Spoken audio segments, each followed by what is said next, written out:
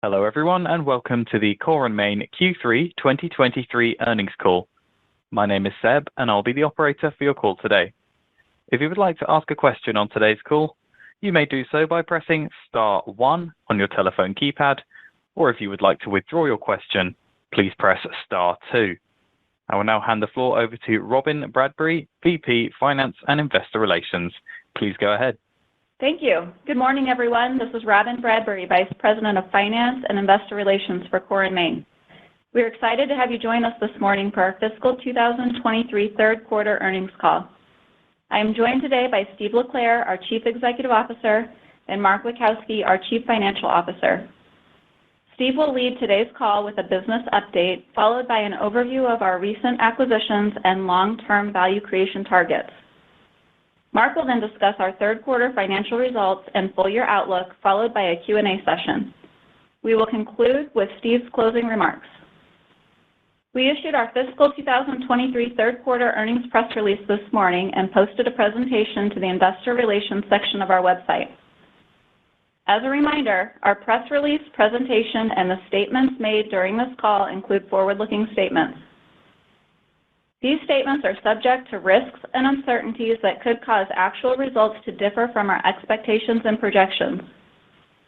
Such risks and uncertainties include the factors set forth in our earnings press release and in the filings with the Securities and Exchange Commission.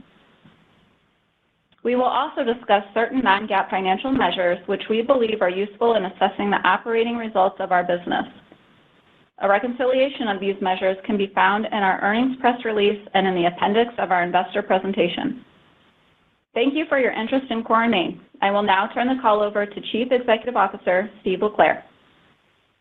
Thanks, Robin. Good morning, everyone. Thank you for joining us today. If you're following along with the third quarter investor presentation, I'll begin on page 5 with a brief business update. Core & Main delivered another quarter of strong results. Sales in the third quarter were just ahead of the prior year and up 30% from the third quarter of fiscal 2021. Demand from our customers remains resilient, and we continue to execute our organic and inorganic growth initiatives. Municipal repair and replacement activity in the third quarter remained stable on a year-over-year basis. Despite still being below prior year levels, new residential lot development improved sequentially from the second quarter. There continues to be a shortage of existing homes for sale, which is driving a need for new lot development and new home construction. Many national home builders have been reporting resilient results by providing incentives, such as interest rate buydowns, to ease affordability challenges and attract prospective buyers, which provides tailwinds for our business. We began to see non-residential volume stabilize late in the third quarter due to our balanced exposure across various non-residential project types. We continue to see good growth in highway and street projects, an increasing trend of mega projects across the country, both of which are included in our non-residential end market and have offset some of the softness in multifamily and warehouse work. Price contribution to net sales was flat for the quarter when compared to the prior year. Most of our products are either highly specialized or made specific for our sector, which provides a resilient pricing framework for our industry, especially when roughly half of the demand for our products and services is non-discretionary in nature.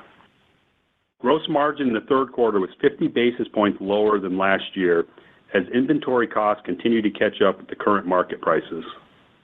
And while we expect to see additional gross margin normalization in the fourth quarter, we have confidence in our ability to offset a portion of it through underlying gains from our margin initiatives. Cash generation is a key strength of our business. We have delivered nearly $1.1 billion of operating cash flow over the last 4 quarters. This cash flow has provided us with significant capacity to reinvest in organic growth, pursue strategic M&A, and return capital to shareholders. We opened 2 new greenfields in the third quarter, one in Spokane, Washington, and another in Fontana, California.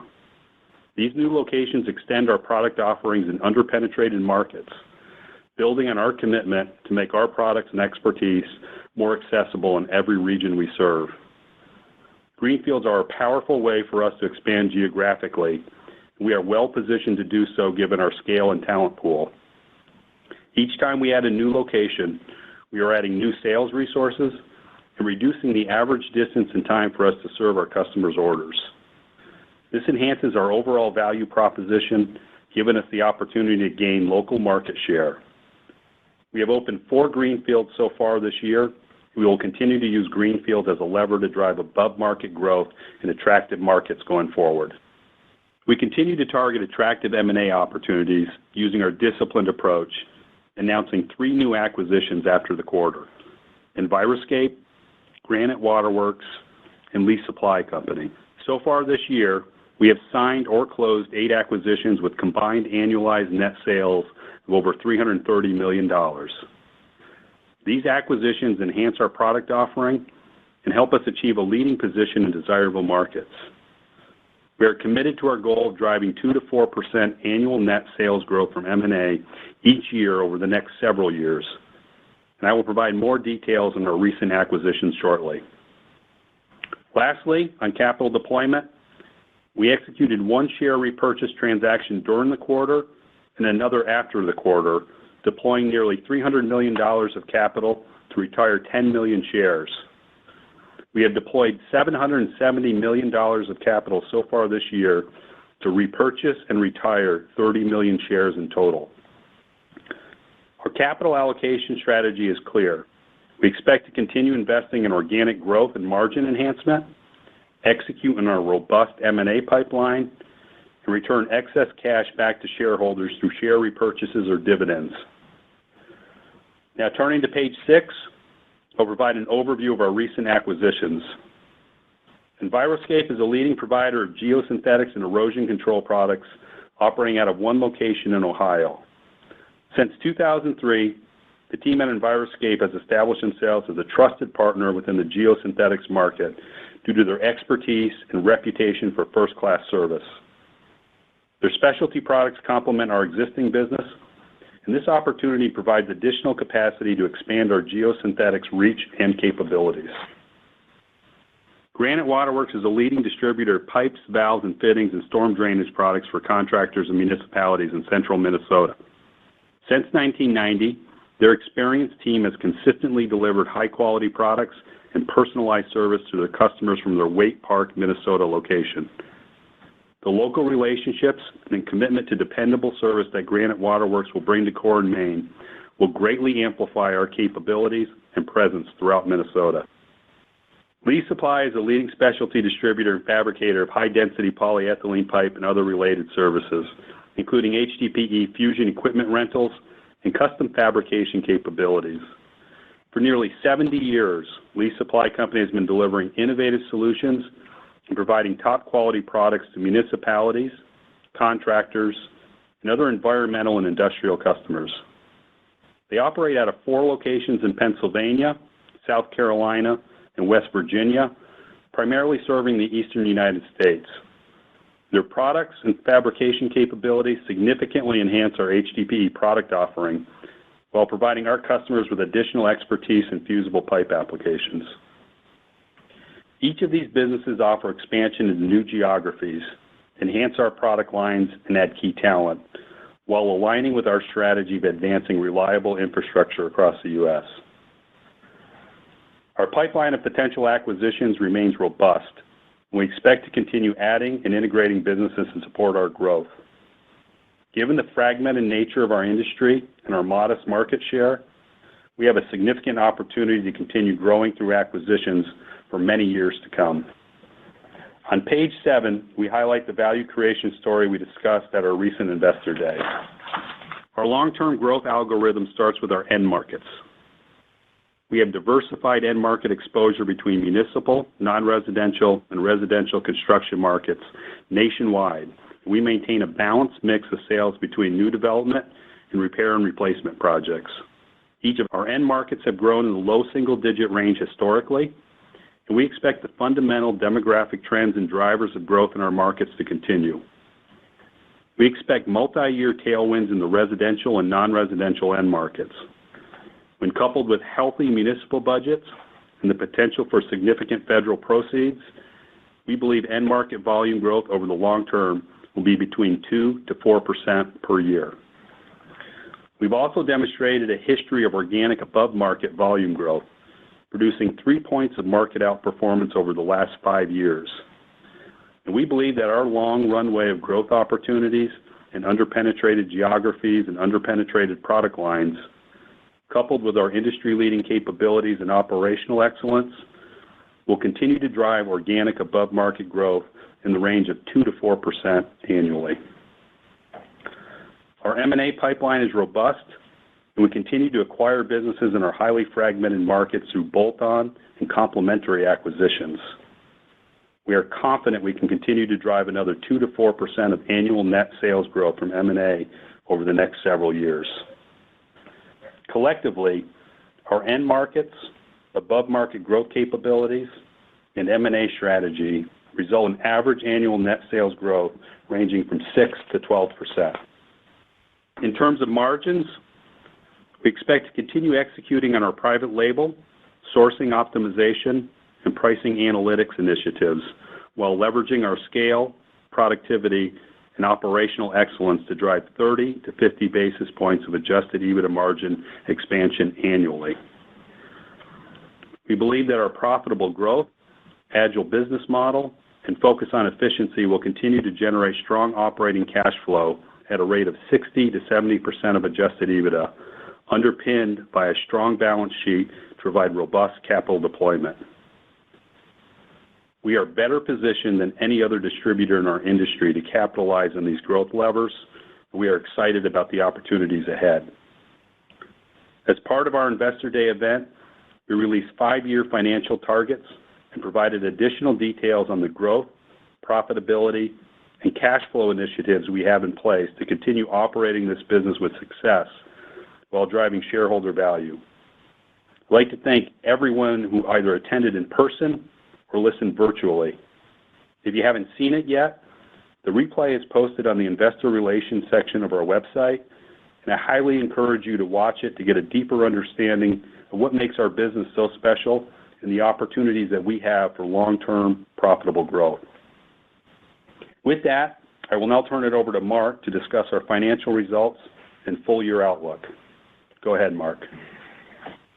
Thanks, Steve, and good morning, everyone. Our third quarter results reflect our operational excellence and the resilience of our business model. We maintain a healthy balance sheet and are prudently deploying capital to the highest return opportunities. We're leveraging our sustainable competitive advantages and financial position to drive future growth and value creation. I will cover a few topics with you this morning. First, I'll recap our third quarter earnings, followed by an update on our cash flow and balance sheet highlights.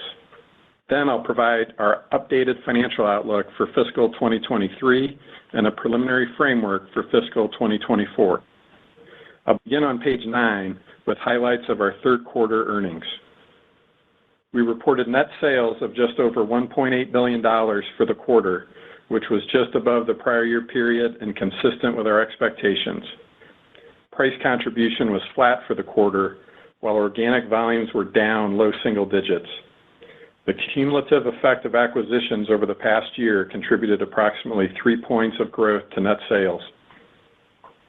Gross margin of 27% was 50 basis points lower than last year as inventory costs continue to catch up with current market prices.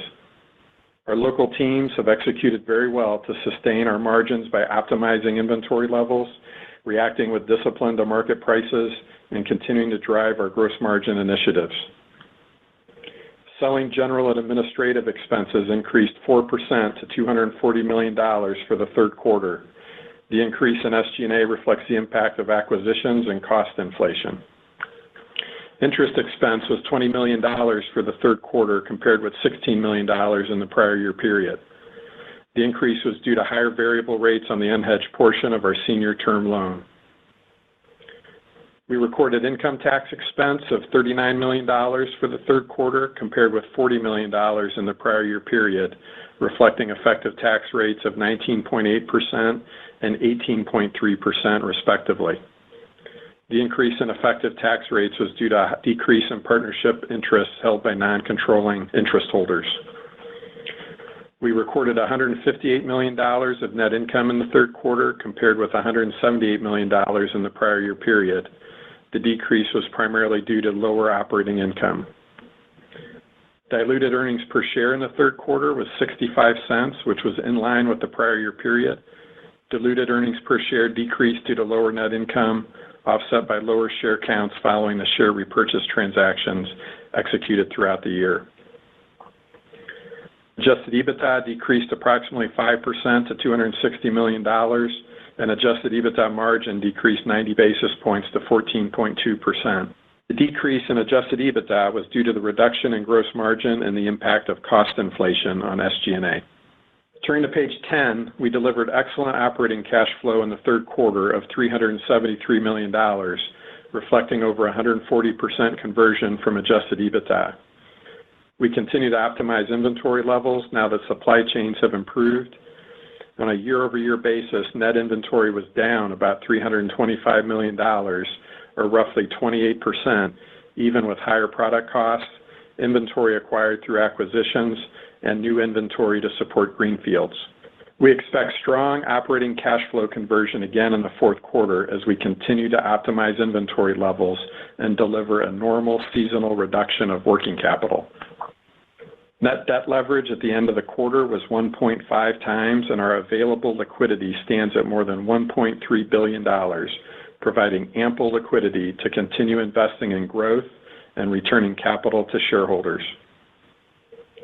The share repurchases we executed in September and November were done concurrently with public secondary offerings by our largest shareholder. As a result of these transactions, we retired 10 million shares while increasing our public float. As Steve mentioned earlier, we have deployed $770 million of capital for share repurchases so far this year, and will continue to evaluate share repurchases as opportunities arise. Before we head to Q&A, I'd like to update you on our outlook for the remainder of fiscal 2023 on page 11 and provide a preview of our views on fiscal 2024. Our sales results through the third quarter have largely played out as expected. Looking ahead, we expect normal seasonal volume trends in the fourth quarter, which tend to be impacted by colder weather and shorter daylight hours. Municipal repair and replacement activity in the fourth quarter is expected to remain stable on a year-over-year basis. We expect new residential lot development growth to improve sequentially and benefit from easier year-over-year comparisons. Furthermore, we expect non-residential volumes in the fourth quarter to be flat to slightly down on a year-over-year basis, similar to what we experienced in the third quarter. Price contribution to net sales growth was flat in the third quarter, and we expect it to be roughly flat again in the fourth quarter, resulting in low single-digit price contribution for the full year. We expect additional gross margin normalization in the fourth quarter as we cycle through the rest of our low-cost inventory. However, we now expect full-year gross margins to be better than previously anticipated due to strong performance across our margin initiatives and synergies from M&A. Taken all together, we are narrowing our expectation for fiscal 2023 net sales to be in the range of $6.65 to $6.75 billion. We're raising our expectation for adjusted EBITDA to be in the range of $890 to $910 million due to our margin performance in the third quarter, as well as confidence in our ability to better sustain margins through the end of the year. We're also raising our expectation for operating cash flow conversion to be in the range of 110 to 115% of adjusted EBITDA due to our disciplined inventory optimization efforts. As we look beyond this year, we plan to provide our full-year outlook for fiscal 2024 during next quarter's earnings call. However, as we sit here today, we generally expect end market volumes to be roughly flat to up low single digits, depending on the broader economic conditions, including the effects of interest rate movements and progress on the federal infrastructure proceeds. We remain committed to our market outperformance driven by our organic and inorganic growth strategies. From a margin perspective, we anticipate further margin normalization that wasn't fully realized this year to impact our results in the first half of fiscal 2024, while we continue to drive our margin initiatives to offset these impacts. Our focus will continue to be on the areas within our control, including customer service, technical expertise, productivity, and pricing execution. We'll continue deploying capital and initiatives that will result in accelerated growth, including executing on our M&A pipeline and delivering on our organic growth strategies. We'll maintain significant liquidity and expect to continue driving shareholder value through share repurchases or dividends. We are well positioned to outperform the market in this complex demand environment, creating value for all our stakeholders. We look forward to helping our customers build more reliable infrastructure as we close out fiscal 2023. At this time, I'd like to open it up for questions. Thank you. If you'd like to ask a question, please press star 1 on your telephone keypad, or press star 2 if you'd like to withdraw your question. Our first question today comes from Joe Ahlersmeyer from Deutsche Bank. Please go ahead. Yeah, thanks very much for taking my question, and congrats on the strong results.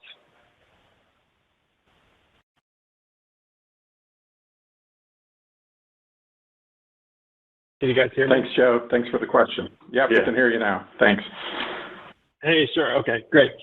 Yeah, thanks a lot for the early insights into next year's volumes, flat to up, low singles. That's pretty good. I'm interested in just kind of getting into what the different thoughts are around the end markets, maybe at the low end of that and at the high end of that, kind of what you see R&R, non-res, and new res doing next year. Yeah, sure, Joe. Thanks for that question. And yeah, we did, for 2024, we think overall the end markets are at least at this point, looking to be kind of flat to low single digit. And, as we've talked about, our municipal base, which, is roughly 40% or so of the business, we believe is going to continue to be very stable going into next year in that kind of low single digit range. We're coming off a really weak residential year, as we've talked about on prior quarters calls. So we do expect some growth coming out of resi. Now that does assume that we do see mortgage rates in an environment where maybe those come down a little bit here as the Fed stabilizes some of the rate movements that they've been looking at. And then from a non-residential exposure, like we talked about, that's a very broad exposure for us. And while there's different pockets within there, we believe that's going to be flattish as we go into 2024. Understood. Thanks a lot for that detail. And then just thinking about the share purchase commentary, I'm wondering, in a year where going forward M&A activity may be below your annual target in any given year, would you be sort of more programmatic about letting that excess capital flow to repurchases? Just kind of thinking about your philosophy around letting cash build and letting leverage come down. Yeah, Joe, the way we're thinking about capital deployment right now is, as you've seen, we've really generated some really strong cash flow here throughout 2023. Expect 2024 and beyond to be really strong cash flow generation years for us. And with our current debt leverage at about 1.5 times, I believe that provides us ample capital to be able to deploy not only to M&A, which, you've heard Steve talk about the healthy pipeline that we have, but also give us that opportunity to be opportunistic with share repurchases, as opportunities arise there. And then, beyond that, potentially being able to do dividends at some point in the future. So we're going to look to do all those things to return capital to shareholders. We think those are all attractive opportunities for us, and, we'll continue to look at it that way. All right. Thanks for all the detail. Good luck in the fourth quarter. Yeah. Thanks, Joe. Our next question is from David Manthey from Baird. Please go ahead.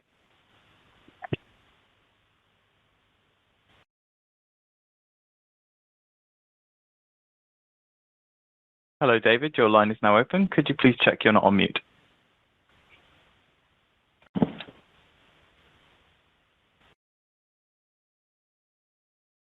Unfortunately, we're not able to hear anything from David's line, so we'll move on to the next question.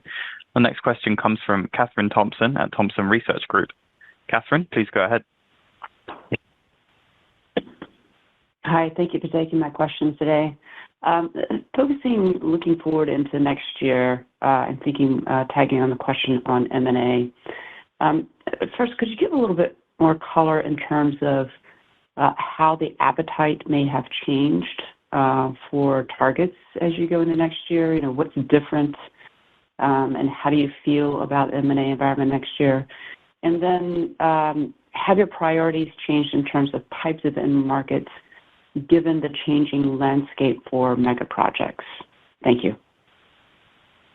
Hey, thanks, Catherine. Yeah, as we look at certainly the existing pipeline that we had and that we've executed on this year and what we've got in store as we look through in the future here, we really haven't seen much of a change at all in what our appetite is. We continue to see great businesses out there across a broad spectrum, whether they're simple bolt-ons or getting us access to new products and new categories for us. So I think we'll continue to build on that, and so we don't really see a change in that and our appetite for that. And then, I'm sorry, can you give me your second part of that question again? It's just really how has the appetite changed, or have there been any changes in terms of your targets, in terms of being more or less open to M&A? Yeah, I would say that the business environment, the business environment many of the sellers have operated in and many of our competitors have operated in have been pretty challenging. So, I would say we're starting to see that break loose a little bit more. And, certainly like you look at the volume of deals that we've done this year, we think that's pretty indicative of what we see in the pipeline ahead. We've been, if you look back over the last several years, it looks pretty consistent in terms of the amount of volume we've been able to do accretively to each year, in that 2 to 4%. We're certainly in the high end of that at this point, and I think we continue to see that going into certainly 24 and beyond. Okay, and then finally, we're getting from just based on our industry context, getting a wide range of feedback in terms of on the non-res, in terms of cancellations or pushing out of projects, but in general. On your lighter non-res, you are seeing some push out or cancellations, but for larger not. What are you seeing in terms of project delays and or cancellations in the traditional non-res end market? Thank you. Yeah, we saw softness really continue in Q3, but we did see the volume stabilize late in the quarter. If you look at a couple of the areas that have been very strong for us, we look at, highways and street projects have been very robust, while we've had some, had to offset, obviously warehouse construction and multifamily has been softer than normal. But I think if you look at what a broad category that is for us with non-residential, it really gives us a lot of stability as we go forward. And we think we're incredibly well positioned, as we get into 2024. Okay, great. Thank you. Thanks, Catherine. Our next question comes from Nigel Coe from Wolfe Research. Please go ahead. Thanks. Good morning. Thanks for the question.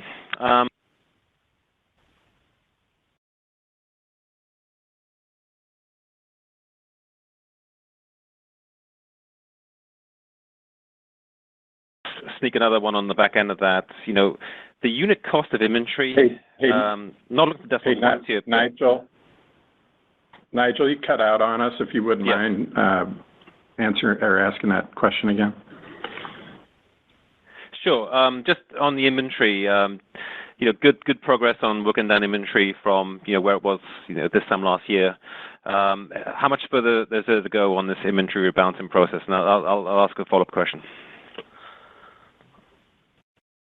Yeah, great. Thanks for the question, Nigel. On inventory, we heard you on that one. Appreciate the question. On inventory, I would tell you that we did make a lot of good progress, in the third quarter on inventory. We've had, I'd say, some movement on certain product categories that's, really allowed us to work through a lot of the excess, stock that we had while we were, cushioning for some of the supply chain challenges.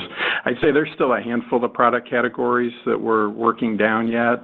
Expect us to make continued progress, in the fourth quarter, but, as we've talked about seasonally, volumes do come down in the fourth quarter, so it's hard to say how much progress we'll make against those remaining product categories, as we wrap up this year. So I think we'll make good progress, but, there could be some of that leaks into 2024 yet that we'll continue to work to optimize.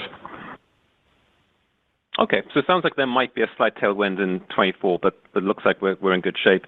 But then on the second part of that question is really around the cost of inventory, and what I'm trying to get at here is, obviously it seems like we're getting close to the back end of the price cost headwinds. I'm just curious if we're now at the point now where we're seeing the unit cost of inventory, really stabilizing Q over Q at this point. Yeah, Nigel, thanks for the question on that. I think, Yeah, I think similarly, as it relates to margins, the inventory is working similarly. I mean, we have experienced some of that gross margin normalization across certain product categories that we've been able to really flush through and get current on. There's still a handful of categories that, we're still carrying some low-cost inventory and, expect we'll work through the remainder of that, as we get into, Q4 and into next year. So still think there's a little bit of normalization that's going to happen here, but we've been able to offset a lot of that. We've had some accretive M&A come through here in 2023. We've been able to deliver synergies on top of that at the gross margin level, and then, frankly, made a lot of really good progress on some of our gross margin initiatives, especially here, in the third quarter. So those are some areas we'll continue to work to offset that normalization, but I do expect some of that to continue here into Q4 and into the first half of 2024. Okay, I'll leave it there. Thank you. Okay, thanks, Nigel. Our next question is from Anthony Pettinari from Citigroup. Please go ahead. Hi, this is Asher Sonnen on for Anthony. Thanks for taking my questions. You talked about volumes flat to up low single digit in 2024, but I was just wondering if you could share your outlook maybe for price in 2024, at least directionally, and if you've announced or planning any kind of pricing actions. Yeah, we continue to watch the price, obviously, in the current market and, spend a lot of time talking to our suppliers about what their plans are going forward. And, at this point, as we look into 24, we're really assuming a neutral price environment. So we could see some ups and downs in any particular product category there, but really believe overall, from a price contribution standpoint, it should be really a neutral environment into 2024. But, we'll provide some more color on that as we get into next quarter's earnings call and, whether or not we see any other price movements, especially as we roll into the early part of 2024. Got it. That's super helpful. And then just another one, can you provide maybe an update around what you're seeing in terms of, IIJA spending flow through to your end markets, your expectations around that for 2024, and maybe how that plays into your volume framework for 2024? Yeah, thanks. The IIJA funds has certainly been slower than we would have liked or anticipated as we've gotten into the back half of this year. What I would say is that we're starting to see some green shoots in this, particularly in the upper Midwest, as a couple of the states have started to see projects break loose and actually funding go through, particularly in Michigan, Wisconsin, and the Dakotas. There's been some projects that have been utilizing that funding. So we're really anticipating that we'll see some more volume start to break loose in 2024, and that should be some tailwind for us on the municipal side. Thanks. That's very helpful. I'll turn it over. Thank you. Our next question is from Joe Ritchie from Goldman Sachs. Please go ahead. Hi, this is Vivek Srivastava on for Joe, and thank you for the question. Maybe just starting with gross margins. Your gross margin performance has been pretty impressive for the last few quarters, and just wanted to understand how much are synergies contributing typically after you close a deal? When do you start realizing some of those gross margin synergies?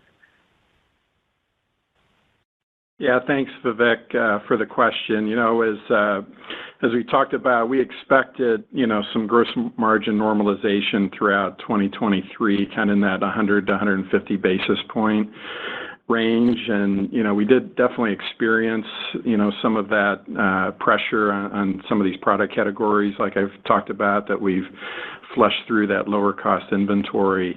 And really, the offsets that we've seen there have been, as you mentioned, you know, some of the accretive M&A, which has also brought some synergy with it. I'd say probably more so, just given the timing of some of those acquisitions, more of it's just been the accretive nature of it. There's some, you know, work that we'll do yet to deliver on some of those synergies to drive some more of the, you know, gross margin improvement.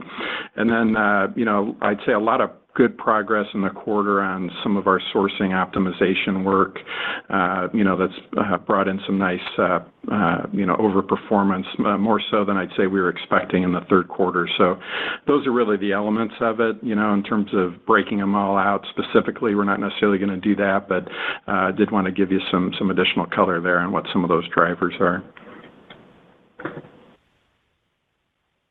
Oh, that's helpful. Thanks for that. And just on the SG&A front, it looks like last 4 quarters, your SG&A has been growing faster than the revenue growth. How long can this trend continue, and when do you expect it to normalize? Yeah, sure. You know, as it relates to SG&A, there's really a handful of factors in there. I'd say some of these M&A acquisitions that we've done, while they've brought us higher gross margins, many of those also have had a little higher SG&A base, so that's put a little more pressure on SG&A. And then I would say some of the cost inflation of SG&A has trailed, you know, some of the product cost inflation that we've seen. So there's still a little bit more, I think, to flow through from an SG&A perspective. And then, you know, we've made a handful of, I'd say, growth investments that have been SG&A impacting into the results. So I'm expecting some more SG&A pressure in Q4, and I think, you know, normally we'd expect some SG&A productivity for a full year in 2024, but just given the timing of the M&A that I talked about and some of these investments, we're probably going to see a little bit more pressure, you know, as we look out throughout 2024, but those are really the drivers of it. Great. Thanks. Yep, thank you. Our next question is from Ryan Connors from Northcoast Research. Please go ahead. Great. Thanks for taking my question. I wanted to ask about the private label side, and if you can give us an update on your progress there. It looks like Enviroscape is a private label deal, and also I assume the Greenfields help you to accelerate that somewhat. So you've talked about going from 2% to 10% private label. Can you talk about where, like, if we're 12 months from now, kind of 24, what the vision is? Does some of these things move the needle, and we're, you know, what inning are we going to be in as we move through 24? Is it a material improvement from the 2%?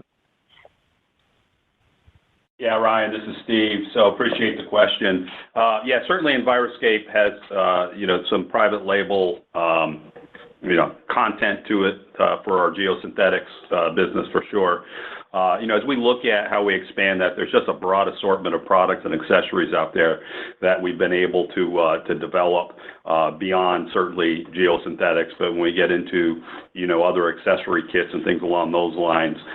So we'll continue to do that. You know, the long-term plan we had was getting into this 10+% in terms of private label. So we'll be making investments, and we'll continue to enhance that performance through next year. We'll have a little bit more color to share on that as we wrap up the year end. Got it. Okay.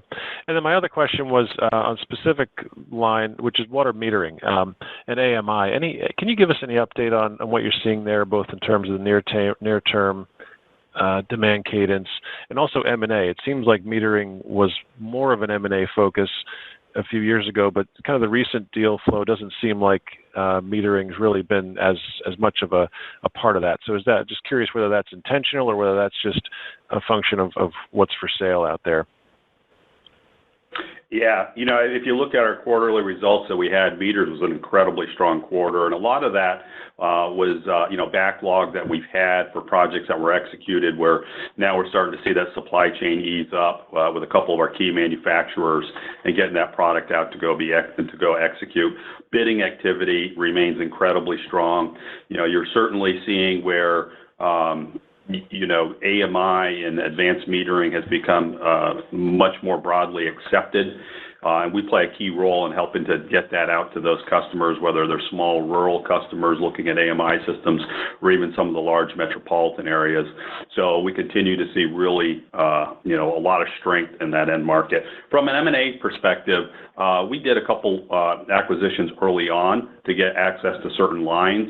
As we look across the country right now, we certainly have coverage of many different lines all across the country at this point. So from an M&A perspective, you may not see a whole lot of activity in that, as we feel pretty secure with the access to the products that we got across the broad portion of the country. Got it. Very helpful. Thanks for your time this morning. Thanks, Ryan. Our next question comes from David Manthey from Baird. Please go ahead. Yeah, thank you. Good morning, guys. Mark, good morning. On the flat top, low single digits, just so I'm understanding that clearly, I believe you're talking about market volume growth there. And if you can just give us a little bit of color in terms of what informs that outlook, understanding it's preliminary, but is this discussion with your larger builders, some visibility into municipalities' fiscal year budgets? How do you build that up? Yeah, Dave, thanks for the question. Glad we got you back. As we look out into 2024, Dave, it's really all those factors. We look at a large amount of external data sources, which is important for us, but we have a large volume of internal data that we look at, from bidding activity, that's likely to, produce results into 2024, and then a lot of discussion with our local teams that are, looking out and talking to their customers about what to expect for 2024. And then obviously also comparing, those expectations relative to the numbers that, have flown through in 2023. So, it's a lot of different sources that we're looking at there. I'd say we always place the most reliance on the internal data that we get from our teams and that we track, which really helps inform us for, like we talked about, at least at this stage, what to expect for 2024. But we do plan to update everybody on that in our call here for the full year of 23 and next quarter's call. Got it. Thank you. And second, a little bit more of a broad question here. Could you talk about technology and how important that is relative to your long-term outgrowth versus your competition? Yeah, I'd say, from a technology standpoint, a major driver of our business is productivity and effectiveness of quoting our customers. That's really the starting point. We laid out a lot of that technology in our Investor Day presentation. And then, we have a number of tools available for our customers to really drive some stickiness, from our perspective with those customers, that just make it easy to do business with us. I'd say less so from a driver of, revenue growth or e-commerce related, while we have capabilities for that, that's really not a driver of majority of the revenue that we have as a company. So really, I think as it relates to being more productive, getting in front of our customers faster than our competitors, and then having technology that drives stickiness with tools like Online Advantage and others that really provide that stickiness, is how we think about it from a technology perspective. Perfect. Thank you. All right. Thanks, Dave. Our next question comes from Andrew Obin at Bank of America. Please go ahead. Hi, this is David Ridley Lane on for Andrew Obin. At the Investor Day, the slide on the bridge to the 15% EBITDA margin goal included, a 30 basis point decline in fiscal 24, given some of the gross margin normalization.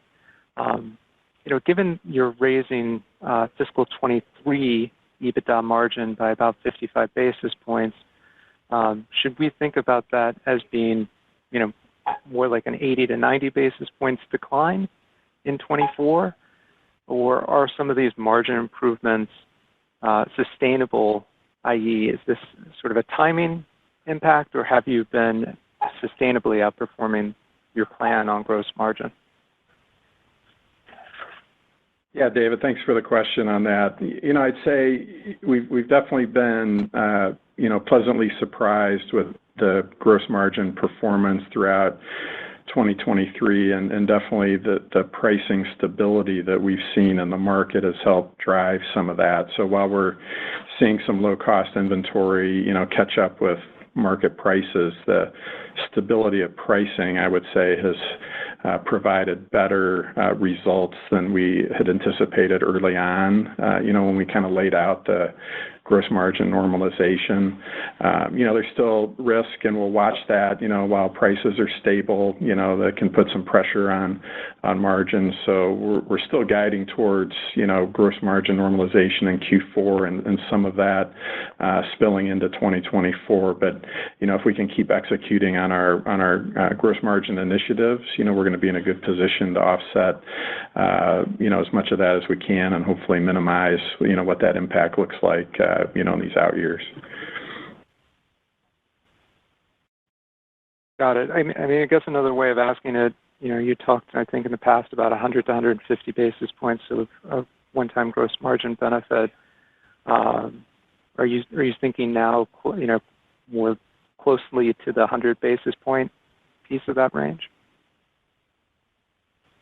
Yeah, David, like I said, I think with the pricing stability that's resulting in better margins than we had anticipated, I wouldn't say we're ready to update that range yet of expectations, but, definitely something that'll be a focus as we lay out our kind of more detailed planning for 2024 on next quarter's call. But I think you can gauge from my comments that, at this point, we're pleasantly surprised with how that's come in here for 2023.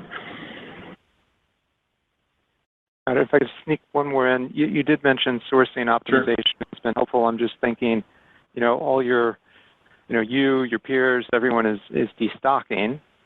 So I'm wondering if some of the benefit there is suppliers, have suppliers offered any incentive to take product, right? Because, if all the distributors are destocking, the suppliers are seeing lower orders, right? So are you seeing any of that kind of incentive activity? Yeah, I would say as we think about sourcing optimization and the benefits we saw there, definitely going into a year where we were reducing inventory pretty significantly, and you've seen our inventory come way down. We do have certain volume incentive tiers with, suppliers, and we kind of think about it as getting spend into the most preferred programs and getting into the right buckets. And, as we started the year, I think we had some concerns that we could really achieve all of the benefits there that our suppliers provide us, just given the reductions in volume. But I think our sourcing teams have really done a great job of getting the spend in the right buckets, and that's driven some better margin performance than we had anticipated. Thank you very much. All right, thank you. Our next question comes from Patrick Baumann from JP Morgan. Please go ahead. Hi. Oh, thanks for taking my question. Sorry, I missed some of the call, but did you provide any update on kind of what you're seeing from a non-res perspective in terms of multifamily? I know that was a reason why you tweaked down your outlook. Maybe that was a quarter ago from a top line perspective. So wondering if you an update on what you're seeing in terms of starts activity, in specific verticals like multifamily. Yeah, Patrick, this is Steve. Yeah, we definitely saw softness coming into Q3, and we saw it stabilize as we got into the back half of the quarter. So multifamily was challenging, as was warehousing, but really started to see some good growth in highways and projects. And so when we looked out across, the whole spectrum that what we cover, particularly look at some of these big mega projects, we really saw that stabilize towards the back half of the quarter, and we're pretty pleased with kind of how that came in. Okay, and then the 24 outlook there, you described, I'm just looking at notes that someone sent me, as kind of flattish for non-res. Is that the way you're describing 24? Yeah, I would say we provided a range of market, for 2024, kind of saying flat to up low single digit. I think on the low end of that, it's probably down a little. On the high end of that, it's probably flattish in that range. That's non-res, or that's total markets? Not non-res. Overall market would be flat to up low single digit. Okay, got it. Thank you. Sorry for having to rehash that. And then in terms of, not to beat the dead horse on the gross margin dynamic, but so 27% or so, in 2022, and like year to date, similar to that, has been the level that you've been able to achieve. So you're still so you're not ready to update kind of that 100 to 150 basis point of drag. So potentially, so we should, for lack of an update, kind of assume that is that's a reasonable base case to think about for gross margin in terms of drag from that, and then maybe some offset will come from your initiatives, but, something down, in the 100 basis points in terms of gross margin next year is kind of like a reasonable base case. Is that fair? Pat, probably the way I would think about it is we've experienced some of that gross margin normalization in 2023, which we've been able to offset, and we'll experience some of that into 2024. So, it kind of gets split period over period. So it's probably not the full amount into 2024, but that's the piece, we do plan to provide, obviously, a lot more guidance on as we get into our full year release for 24. But that's the way we're thinking about it right now, is we definitely know we've experienced some of it, a lot of which we've been able to offset, and we're likely to experience the balance of it in 2024, but it's probably not a full year impact of it.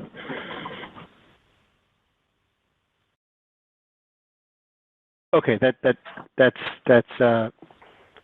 different than I interpreted it. So appreciate the color there. Thanks a lot, and best of luck. Sure. All right, thank you. We have no further questions on the call, so I will hand back to Steve Leclerc for closing remarks. Thank you all again for joining us today. It was a pleasure to have you on the call. Our consistent execution quarter after quarter is a result of the hard work of our branches and functional support teams, our focus on operational excellence, and the diversity of our products and end markets. We have more levers than ever for driving growth and profitability, the cash flow generation to capitalize on it, and the team to execute on it. Thank you for your interest in Core & Main. Operator, that concludes our call. Thank you all for joining today's conference call. You may now disconnect.